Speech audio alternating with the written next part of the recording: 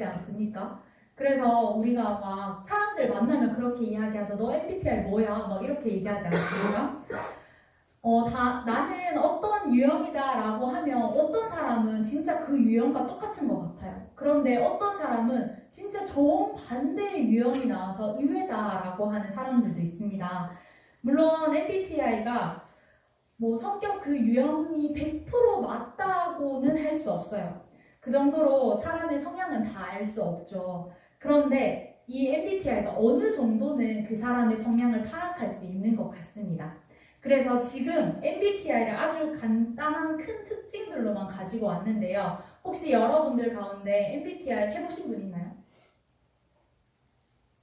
네, 안 해보신 분 있으신가요?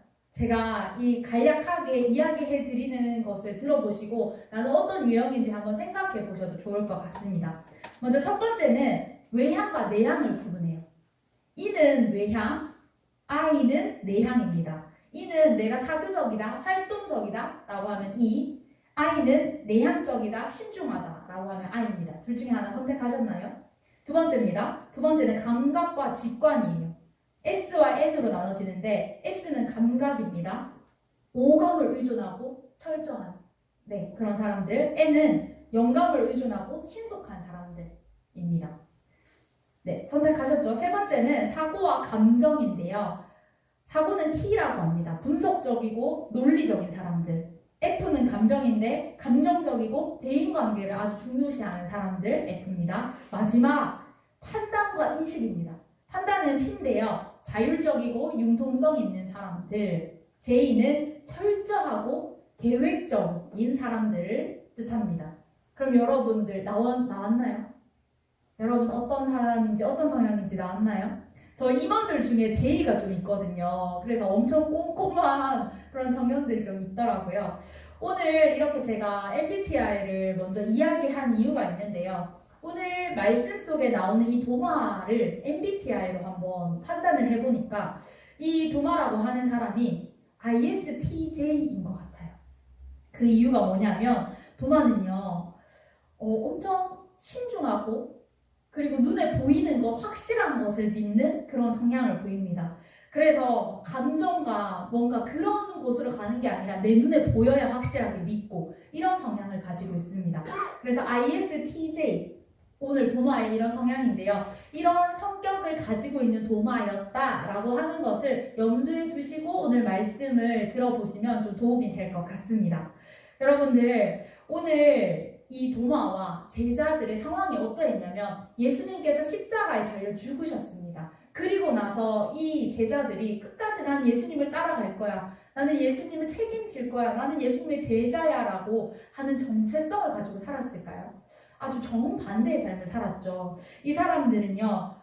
유대인들이 자신을 찾을까 봐 너무나도 두려웠습니다. 그래서 문을 꽁꽁 걸어 잠그고 그 안에서 숨어있던 사람들이에요. 오늘 제자들이 그런 상황 가운데 어떤 마음이 들었을까? 제자들은요, 예수님의 죽음에 대한 그 충격에서 벗어나지 못한 삶을 살았습니다. 막달라 마리아가 막 달려가요. 제자들에게 이야기합니다. 예수님이 부활하셨다고요. 그런데 이 제자들이 믿었습니까? 믿지 않았어요. 예수님이 부활하셨다고 이야기를 해줬는데 그들의 불안과 두려움들, 아직 예수님이 돌아가셨다는 그 충격에 벗어나지 못하고 꽁꽁 숨어있는 그런 모습이 제자들의 모습입니다. 이런 생각이 들었을 거예요. 어쩌면 예수님께서 십자가에 달려 죽으셨던 이 순간들이 나에게도 올지 모르겠다. 그런데 그것이 제자들에게 영광이 아니라 오히려 두려움으로 존재하며 그들은 숨어있던 모습을 보입니다. 그 두려움을 더 증폭시켰던 이유가 있는데요. 예수님께서 이미 제자들에게 환난에 대한 예고를 하셨어요. 그래서 성경의 말씀에 보면 요한복음 16장 33절이나 15장 18절에서 20절 등의 그런 말씀들을 보면 이미 순환을 예고하셨기 때문에 그 두려움이 더 가까이 피부로 와닿았을지 모르겠습니다. 오늘 그 제자들 중에 한 사람이었던 도마. 그 도마는 어땠을까요? 그 성향상, 그 도마의 성격상 아주 현실적이고 자신이 겪은 것을 철저히 신뢰하는 사람이었기 때문에 도마는 이 두려운 상황 가운데 먼저 현실을 파악했을 것입니다. 여러분들 도마의 그런 상황을 지금 우리의 상황으로 한번 받아들여 보겠습니다. 여러분들이 만약에 아주 많은 시간과 돈을 투자해서 스타트업으로 시작한 기업에 투자를 한 거예요. 그런데 그 기업이 어느 순간 많은 사람들의 비난을 받더니 쫄딱 망해버린 겁니다. 그러면 여러분들의 기분이 어떨 것 같습니까? 또 다른 예를 들어볼게요. 내가 열심히 준비했던 꿈들, 학업들, 직장이 있었는데 한순간에 그 모든 것을 접어야 한다면 여러분들 어떤 기분이 들겠습니까? 오늘 도마는 현실을 철저하게 직시했던 사람이기 때문에 이런 상황들이 다가왔을 때 어떤 생각이 들었냐면 정말로 내 앞에 끔찍한 일이 닥쳤구나 라는 생각을 했을 것입니다. 내가 가진 시간과 모든 것을 헌신해서 따랐던 분이 사람들의 질타를 받고 갑자기 십자가형에 처해졌습니다. 그 십자가형이 어떤 것이었습니까? 당시 유대인들이 생각하기에 가장 처참하고 정말 쳐다도 보기 싫을 정도의 끔찍한 처벌이 바로 십자가 형벌이었어요. 그 형벌을 내가 따르던 사람, 내 목숨을 다해 시간도 투자하고 내 모든 것 다해 투자했던 그분이 그런 벌을 받았다면 도마는 너무나도 끔찍한 순간을 맞이했을 것입니다. 내 직업과 내 방향성과 내 미래와 내 희망과 모든 것이 한순간에 사라졌어요. 그리고 이제 예수님을 향했던 그 화살이 나에게 돌아온다면 나는 이제 어떻게 해야 하나 현실적인 것들을 하나하나 찾기 시작했습니다. 얼마나 절망적이었겠습니까? 그런데 그런 절망에 사무쳐 있던 도마에게 오늘 말도 안 되는 소식이 전해집니다. 그것은 바로 제자들을 통해서 전해졌던 소식인데요. 도마, 예수님이 부활하셨어. 이런 소식이 도마에게 전해진 거예요. 도마 어떻게 했습니까? 절대로 믿지 않았어요. 내 눈앞에 보이지도 않는 일, 그리고 내 현실로서는 예수님이 돌아가신 것으로 끝이 났는데 어떻게 예수님이 부활하셨다는 사실이 도마에게 믿겨졌겠습니까? 도마는요, 이렇게 믿지 않는 모습, 그래서 오늘 성경 속에 보면 의심하는 도마라고 하는 주제로 이 도마의 이야기가 나오게 됩니다. 여러분들, 그런데 이 도마뿐만이 아니라 원래 이 도마에게 예수님이 부활하셨다는 소식을 전해줬던 이 제자들도요, 원래는 예수님이 부활하셨다는 사실을 믿지 않았습니다. 의심했어요. 그런데 오늘 예수님께서 제자들을 찾아와 주셨더니 이제 제자들이 예수님이 부활하신 사실을 믿게 되었는데요. 먼저 그 제자들의 상황을 먼저 보도록 하겠습니다. 예수님은요, 예수님의 부르심과 가르침을 했던 그 제자들, 모든 것을 잊어버리고 꽁꽁 숨어 있을 때 그들에게 찾아와 주셨어요. 그리고 예수님이 제자들에게 가장 먼저 했던 말씀이 너희에게 평강이 있을지어다, 이렇게 이야기를 해주십니다. 그리고 예수님께서 말씀하시면서 내 손에 있는 못자국을 보아라, 내 허리에 있는 창자국을 보아라 확인시켜 주셨어요. 그럴 때 제자들이 이제 진짜 예수님이라는 것을 깨닫게 된 거예요. 그래서 이 제자들이 정말 기뻐했다고 말씀은 기록을 하고 있습니다. 그 이후에 이제 제자들의 삶이 어떻게 바뀌었냐면 꽁꽁 숨어서 두려워했던 모든 것들이 무너지고 나서 제자들을 파송해 주실 때 기꺼이 그 삶을 살겠노라 다짐을 하게 됩니다. 예수님께서 제자들을 파송하실 때 중요한 포인트가 있었는데요. 그 포인트는 바로 성령을 받으라라는 거였어요. 성령을 받은 제자들은 예수님과 같은 자녀의 권세를 갖게 돼요. 오늘 말씀에 기록되어져 있는 것을 보면 너희가 누구의 죄든지 사하면 사하여질 것이요 누구의 죄든지 그대로 두면 그대로 있으리라, 이렇게 말씀이 기록하고 있는데요. 그럼 여러분, 여기서 의문점이 하나 생깁니다. 여러분들, 죄를 사하는 권세는 누구만 갖고 계십니까? 예수님만 갖고 계시는 권세였어요. 그런데 오늘 이 권세를 예수님께서 이들에게 주셨다. 사실 이것이 좀 의문점으로 우리에게 다가오는 것이죠. 그런데 여러분, 이곳에서 우리가 집중해야 할 것이 무엇이냐면 내가 너희 사람에게 사람이 사람의 죄를 사하는 권세를 준 것이 아니라 성령이 너희와 동행했을 때 너희가 전하는 복음을 통하여서 많은 사람들이 죄로부터 돌이키고 구원받는 주님의 자녀로 돌아올 것이다 라는 것을 예수님께서 말씀해 주신 겁니다. 그래서 이 성령을 받으라 했을 때 제자들은 그 주님의 권세를 가지고 이제 세상 많은 사람들에게 나아가서 복음을 전할 수 있는 담력이 생겨나게 된 거죠.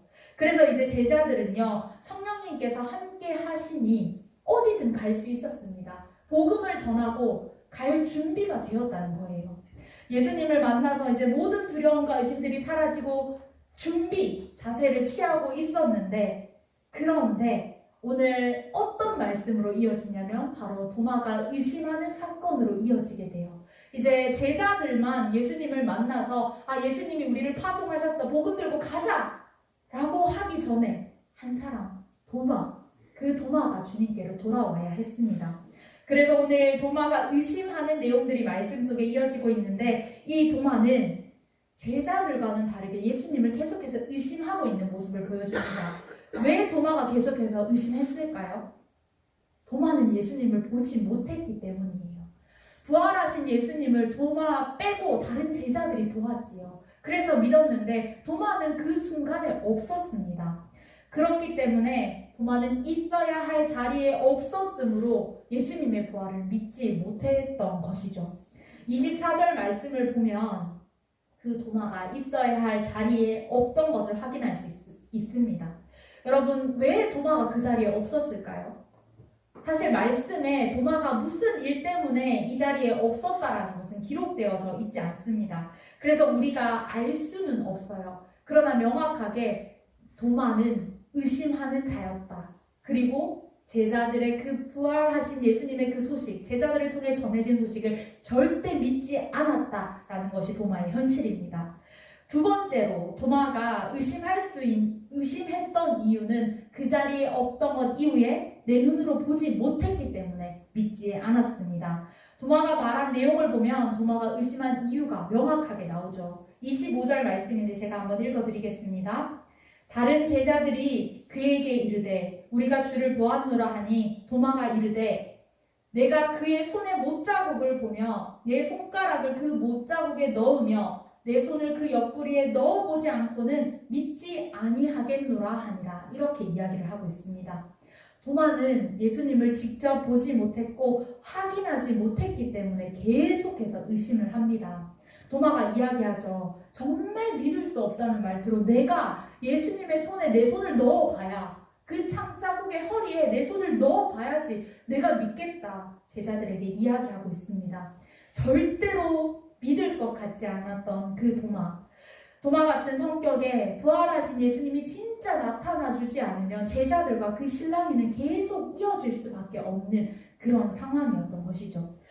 이 도마가 믿음을 정의할 때 믿음은 나의 확인에서만 나온다라고 이렇게 정의를 한 것 같습니다. 그래서 이 도마는 믿음이라는 본질을 자신이 그냥 생각하는 대로 내가 본 대로만 믿겠다라고 하면서 오해하는, 왜곡하는 믿음을 가지고 계속해서 나아갔습니다. 듣지 않으면, 만져보지 않으면 못 믿는다는 이 모습 너무나도 안타깝죠. 그런데 여러분, 예수님이 부활했던 이 소식이 도마에게 정말 전해지지 않았을까요? 정말로 이 도마에게 먼저 얘기가 되지 않았을까요? 사실 예수님께서는요, 이 제자들에게, 도마에게 내가 부활할 것이라는 이야기를 미리 해주셨습니다. 그럼에도 이 도마가 어떻습니까? 그 이야기로 되지 않는 거예요. 그 이야기를 해주셨던 주님은 이미 돌아가셨고 내 눈앞에 부활하신 주님이 없기 때문에 이 도마는 믿지 않는 모습을 보여줍니다. 지금 현재 나에게 일어난 일, 내가 본 일, 내가 경험한 일들에만 도마가 집중하고 있어요. 그러니까 당연히 이 도마는 주님의 말씀을 토대로 한 삶이 아니었고 자신이 본 것, 그것에만 집중하는 삶으로 계속해서 믿음이 왜곡되어졌던 것이죠. 여러분, 믿음이 무엇입니까? 무엇을 믿으려면 내 눈으로 직접 확인해야 하는 것이 우리의 믿음일까요? 오늘 주님이 우리에게 요구하고 계시는 믿음은요, 그런 믿음이 아닙니다. 우리의 상식으로는 당연히 눈에 보이는 것밖에 믿을 수가 없습니다. 그러나 우리 예수님 말씀하십니다. 요한복음 20장 29절 말씀에서 예수님은 너는 나를 본고로 믿느냐? 보지 못하고 믿는 자들은 복되도다 라고 이렇게 이야기를 하고 계십니다. 예수님께서 말씀하여 주시는 믿음은 도마처럼 내가 눈에 보이는 것만 확신하고 믿겠다 하는 믿음이 아니라 보이지 않는 실체를 믿고 믿는 것을, 그 보이지 않는 실체를 믿음으로 나아가는 것, 그것을 믿음이라고 정의해주고 계십니다. 히브리서 11장 1절 말씀은 이렇게 기록을 하고 있는데요. 믿음은 바라는 것의 실상이고 보이지 않는 것의 증거가 된다고 이렇게 말씀하여 주고 계십니다.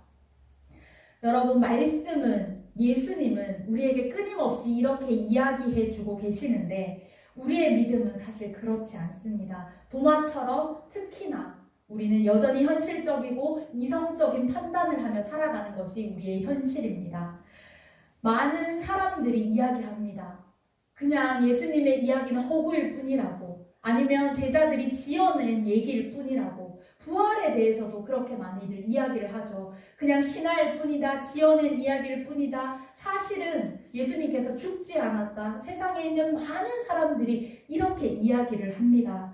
그렇기 때문에 이 현실을 살아가는 우리로서는 눈에 보이지 않는 주님을 믿는 것이 때로는 사람들에게 설명할 수조차 없고 이 믿음을 증명해내는 일이 너무나도 어려운 것처럼 우리에게 다가온다는 것이죠. 이렇게 의심을 할 때 그러면 우리는 어떻게 해야 보이지 않는 실체, 그 주님을 바로 믿을 수가 있을까요? 정답은 딱 한 가지밖에 없습니다. 바로 우리도 부활하신 예수님을 만나는 겁니다. 부활하신 예수님께서 의심하는 제자들을 먼저 찾아가셨습니다. 그리고 의심하는 제자들에게 똑같이 못에 박힌 손에 있는 그 자국을, 그리고 창이 찔린 그 허리의 자국을 보여주신 것처럼 오늘 우리에게도 그 주님을 보여주기를 원하고 계세요. 먼저 오늘 말씀에 보면 도마가 어떻게 변했는지 우리가 그 모습을 보면서 주님이 우리를 어떻게 만나주실까 좀 기대했으면 좋겠는데요. 오늘 말씀에 보면 26절에 보니까 여드레가 지나고 나서 예수님께서 도마를 찾아오시는 내용이 나옵니다. 여드레가 며칠일까요, 여러분? 8일입니다. 그 8일의 기간 동안에 예수님을 믿지 않는 도마의 믿음이 계속 이어졌던 거예요. 제자들은 예수님이 부활하셨다 이야기하고 이제 우리는 준비됐다 하는데 도마는 계속 나는 절대 믿지 않는다. 그렇게 지냈던 시간들입니다. 그렇게 8일이라고 하는 시간들이 지나고 나서 이제 제자들과 도마가 함께 그 집에 있을 때 예수님께서 그곳에 찾아오셨습니다. 예수님께서 이미 제자들을 만나 주셨기 때문에 이 예수님이 찾아오신 것은 누구를 만나주시기 위함이었을까요? 도마를 만나주시기 위함이었습니다. 예수님은 부활하신 몸으로 오셨습니다. 그리고 제자들에게 먼저 임하셨을 때와 같이 예수님이 이렇게 인사를 하십니다. 너희에게 평강이 있을지어다. 이 말이 쓰인 성경의 원어를 보면요, 에이레네라고 하는데요. 여러분, 이 에이레네라고 하는 뜻 우리가 너무나도 잘 알고 있는 뜻이에요. 여러분들 샬롬이라고 인사 많이 하시지요. 바로 이 평강, 에이레네는 샬롬을 의미합니다. 그래서 예수님께서 찾아오셔서 제자들에게 가장 먼저 야, 니들 왜 거기 숨어있냐? 너희들 내가 그만큼 이야기하지 않았냐? 내가 부활한다고 하였다 라고 꾸짖으신 것이 아니라, 그리고 도마에게 너 왜 의심하고 있느냐? 뭐라고 하신 것이 아니라 너희에게 평강이 있을지어다, 샬롬의 마음을 먼저 주셨다는 겁니다. 사실 이 인사는 유대인들이 많이 쓰는 인사였어요. 그래서 어디를 가도 안녕하세요라고 우리가 인사하는 것처럼 샬롬이라고 인사를 했던 거예요. 그런데 여기서 중요한 거, 예수님의 이 평강이 있을지어다 샬롬은 달랐습니다. 예수님께서 평강이라고 하는 단어를 사용하실 때 그런 기록들을 보면 먼저 요한복음에는 총 3번이 기록이 되는데요. 요한복음 14장 26절에서 27절 말씀과 요한복음 16장 33절의 말씀을 보면 이 평강에 대해서 기록을 하고 있는 것을 볼 수 있습니다. 요한복음 14장에서는 예수님의 승천 이후에 오실 성령님과 관련하여서 이제 성령님이 너희에게 임할 때는 세상에 줄 수 없는 평안이 너에게 임할 것이다 라고 하면서 이 단어를 사용했습니다. 그리고 요한복음 16장 33절 말씀에도 역시 예수님 안에서 주어지는 것, 예수님께서 십자가에 못 박히는 사건과 관련이 되어서 세상에는 우리가 세상에서 당할 환난이 있으나 이기는 담대함을 너희에게 주겠다 하는 의미로 주님께서 이 평강, 이 단어를 사용하셨어요. 오늘 본문에 나오는 이 평강도 그 평강과 똑같습니다. 그래서 내면과 외면에 있는 모든 것을 합쳐서 가장 큰 행복과 평안을 주님께서 허락하여 주시는 거예요. 세상이 우리에게 주는 평강 그런 것들이 아니라 주님께서만 우리에게 주실 수 있는 평강으로 오늘 제자들에게 찾아오신 겁니다. 그리고 그 평강을 제자들에게 나누어 주셨습니다. 오늘 그 주님께서 평강이 있을지어다 라고 이 도마에게 말씀해주고 나신 이후에 27절 말씀입니다. 내 손가락을 이리 내밀어 내 손을 보고 내 손을 내밀어 내 옆구리에 넣어보라. 그리하여 믿음 없는 자가 되지 말고 믿는 자가 되라. 예수님 이렇게 말씀해주고 계십니다. 그 전에 도마가 제자들에게 했던 말을 여러분 떠올려 보십시오. 도마가 뭐라고 말했습니까? 내가 예수님의 그 못자국에 손 넣어보지 않고는, 그 허리에 창자국에 손 넣어보지 않고는 내가 안 믿을 거야. 완고하게 말했지 않습니까? 그런데 오늘 예수님이요, 그 도마가 했던 말 똑같이 얘기해주고 계세요. 도마야, 너 내 손에 이 못자국에 손을 넣어봐라. 창자국에 네 손을 넣어봐라. 예수님 말씀해주고 계세요. 도마 너무나도 놀라지 않았겠습니까? 예수님께서 어떻게 내가 했던 그 말 그대로 나에게 이렇게 말씀하여 주실까 너무나도 놀랐습니다. 이 주님이 나를 찾아오셨네. 그런데 내가 했던 말 그대로 나에게 이렇게 말씀하여 주고 계시네. 도마는 아주 놀랐을 것입니다. 그리고 자신이 했던 말들이 주마등처럼 지나가면서 눈물을 흘리며 주님 앞에 나아갔을 것입니다. 사실 예수님께서 이 제자들에게 임하여 주시고 또 오신 거 누구 때문이라고 했습니까? 바로 도마 때문이라고 했습니다. 도마가 오랜 날 동안 주님의 말씀을 들으면서 내가 부활하겠다 했던 그 말씀 잊어버렸고, 도마가 부활하신 예수님을 만났던 그 제자들의 말, 예수님이 부활하셨다라는 그 사실을 믿고 있지 않았던 그 오랜 날들의 모든 응답이 주님 한 분 찾아오셔서 도마를 만나 주었더니 해결이 되었습니다. 그리고 나서 이제 도마가 이렇게 고백을 합니다. 28절의 말씀인데요. 나의 주님이시여 나의 하나님이십니다. 이렇게 도마는 고백을 합니다. 여러분, 의심이 많았던 사람이 이런 고백을 하는 거 쉽지 않았을 겁니다. 이런 고백을 할 수 있었다는 것은 이제 내가 완전히 주님을 믿겠습니다.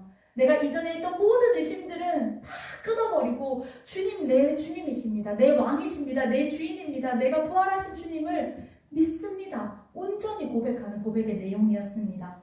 여러분, 혹시 이 고백 들으시면 다른 어떠한 한 사람의 고백 생각나지 않으시나요? 바로 베드로의 고백이죠. 베드로가 이렇게 고백을 했습니다. 주는 그리스도시요 살아계신 하나님의 아들이십니다. 이 고백은 스스로 할 수 있는 고백이 아니었습니다. 하나님께서 깨닫게 해주셨고 성령께서 함께 해주셨더니 그 고백이 베드로 가운데 터져 나왔어요. 오늘 도마도 마찬가지입니다. 이 고백, 도마가 의심이 사라졌으니까 내가 이제 이 고백 해야겠다. 그 의지대로 이 고백 했을까요? 절대 아닙니다. 이 고백은요, 주님께서 깨닫게 해주셨더니 도마의 입에서 터져나온 주님께서 하신, 주님이 시키신, 주님으로 인한 고백이었습니다. 도마는 여러분 정말 의심 많고 현실만을 직시하던 사람입니다. 그런 도마가 어떻게 진정한 믿음을 갖게 되었습니까?